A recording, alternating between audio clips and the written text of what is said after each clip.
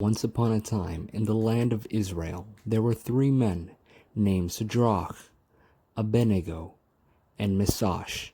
They were different from all the other people of Israel. They didn't believe what everyone else did. They got into a lot of trouble with the king, which resulted in the capture of the 3 men. Things didn't end as you would expect.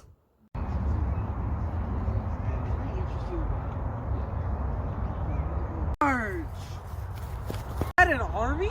Oh my Leblanc it is! We just have it one.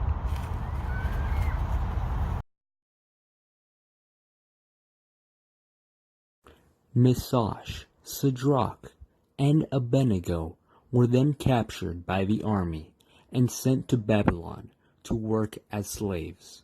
King Nebuchadnezzar then ordered a grand golden statue to be built of himself, so people can worship him as a god. When the statue was complete, the people of Babylon were all sent to worship it, and all of them bowed, except for 3 men. The king orders thy men to go to the statue. Move it. Move it. Hurry on now. Move it. Move it. People of Babylon, I command you to worship me and only me. Now bow to my masterpiece every time the trumpet plays.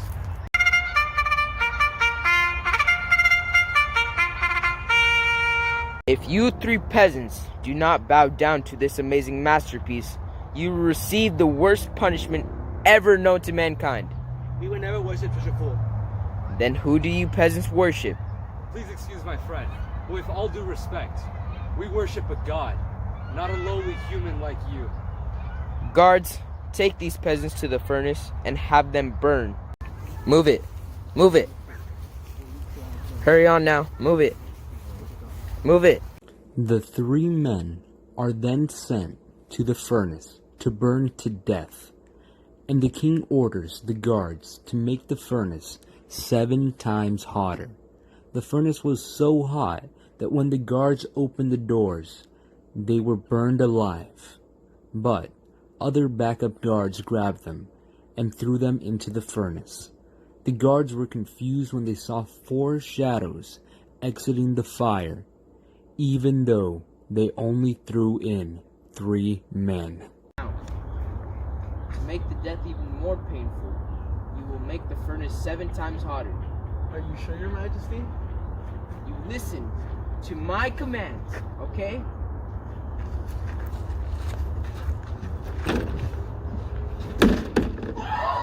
No, this can't be happening. Inside the furnace now. Now, get inside the furnace. Stay in there.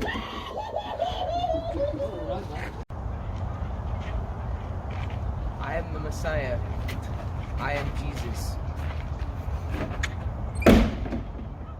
No. The men trusted in God when everyone else was afraid to. The men knew not to fear again because God was always on their side, and that He will always be on their side, no matter what. The end.